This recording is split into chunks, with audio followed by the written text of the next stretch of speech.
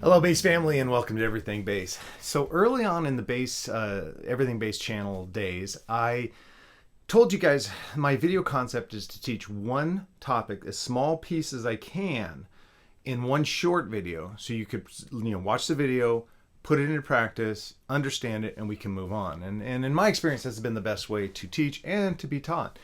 So, for example, if I was to show you the modes, the church modes, it's not good to show all 7 in one video. So I would and I did take a video for each mode so we could just focus on it. And for that period of time, that's your single focus. You can get it internalized and then build on that. And I think that's still the best way.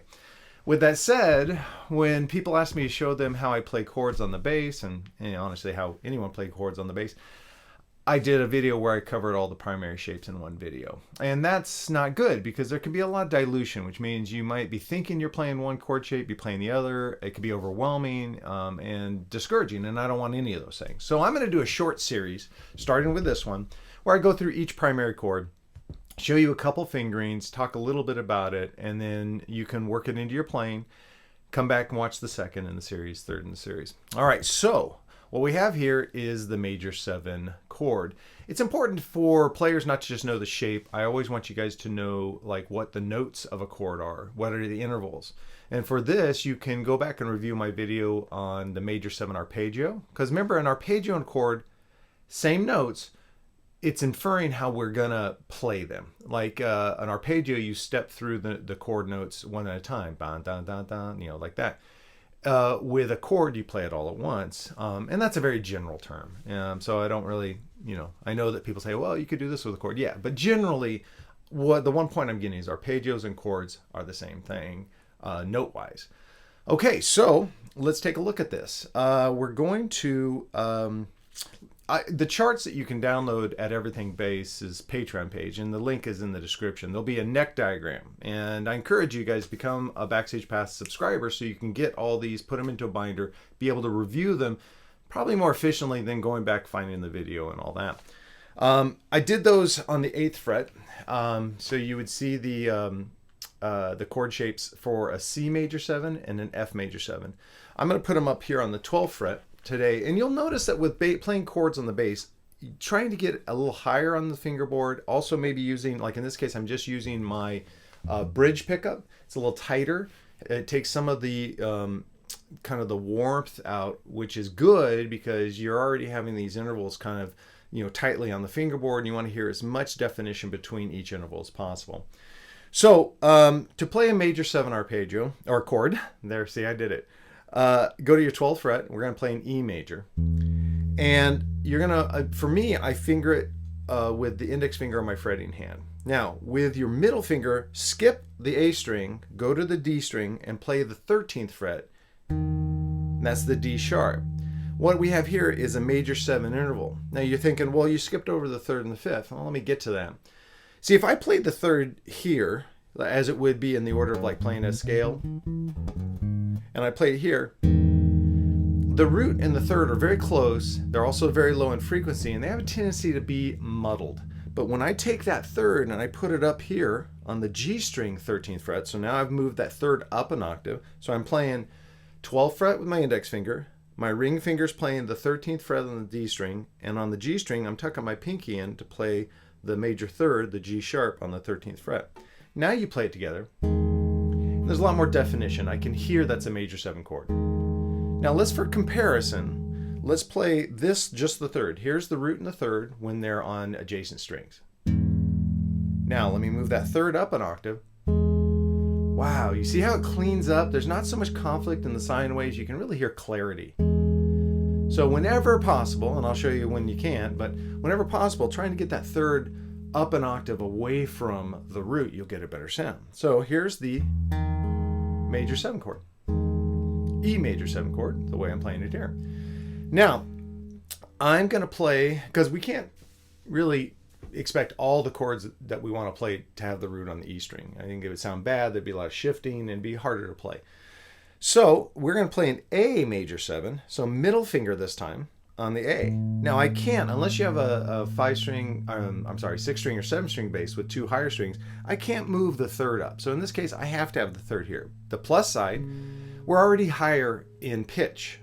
So that actually sounds fairly nice. You can actually hear the clarity in that. Now, with the ring finger, play the 13th fret. Now we have root, major 3rd, major 7, and you can still hear the quality of the major 7 chord. So just to review, middle finger plays the root on the 12th fret if you're playing an A major 7. Index finger plays the 11th fret C sharp, the major 3rd.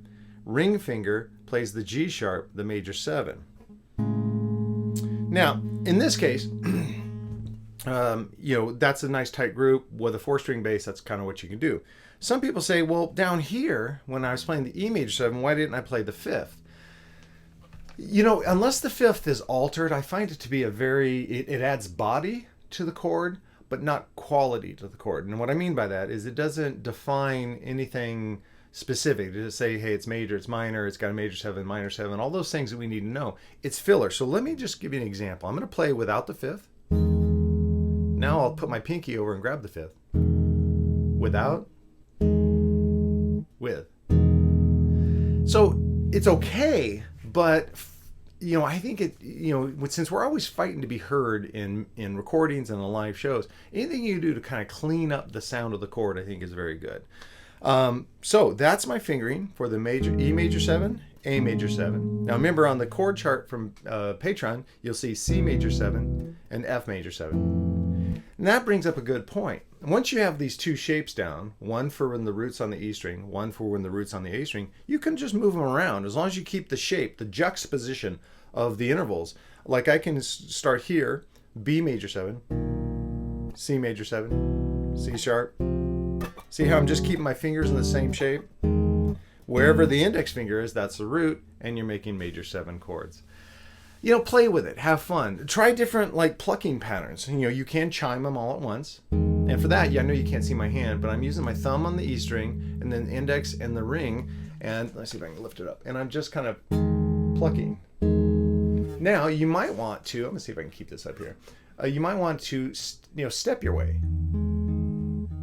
More like an acoustic guitarist might play a piece. And mess with the patterns. Maybe your thumb is individual, and these together.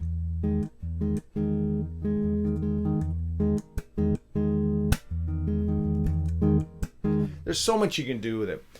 And that's enough for today's video.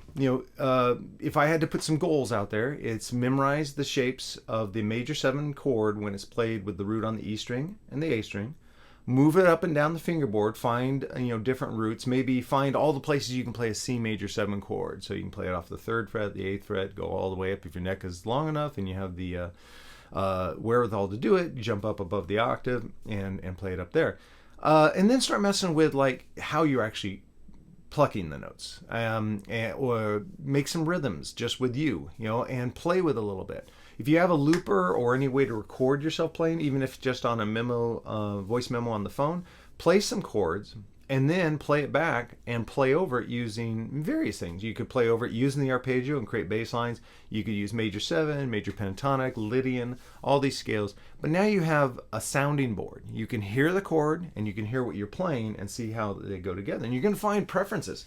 Oh, I don't like the major 7. I don't like hanging on the major 7 on a major 7 chord. All right, that's good. I mean, that's something that's individual. Maybe you'll step through it real quickly, or maybe you like that sound, and so that's now part of your musicality. So there's so much to do. All right, there's major 7. Look for the next video, which will be on the minor 7 chord.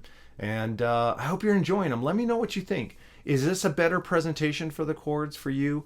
Do you have any questions about why you would need to know them? Anything that's been popping up during this video, please put in the comments section below. And of course, hit like, share, subscribe. There's a lot of you guys, I think only 40% of you are actually subscribed to the channel that watch the videos. That's okay. I mean, I'm not doing this for money or anything. But if you want to subscribe, that means that when new videos come out, especially when there's a series and you don't want to miss one, if you subscribe, which is free, just go down right below what you're watching today, find the subscribe button, hit that, and find the bell icon, tap that. You'll just be notified every time I put up a video. Right now it's about 2 to 3 videos a week. All right, guys, have a wonderful day. Keep playing. Let me know what you need, and I will talk to you at the next video.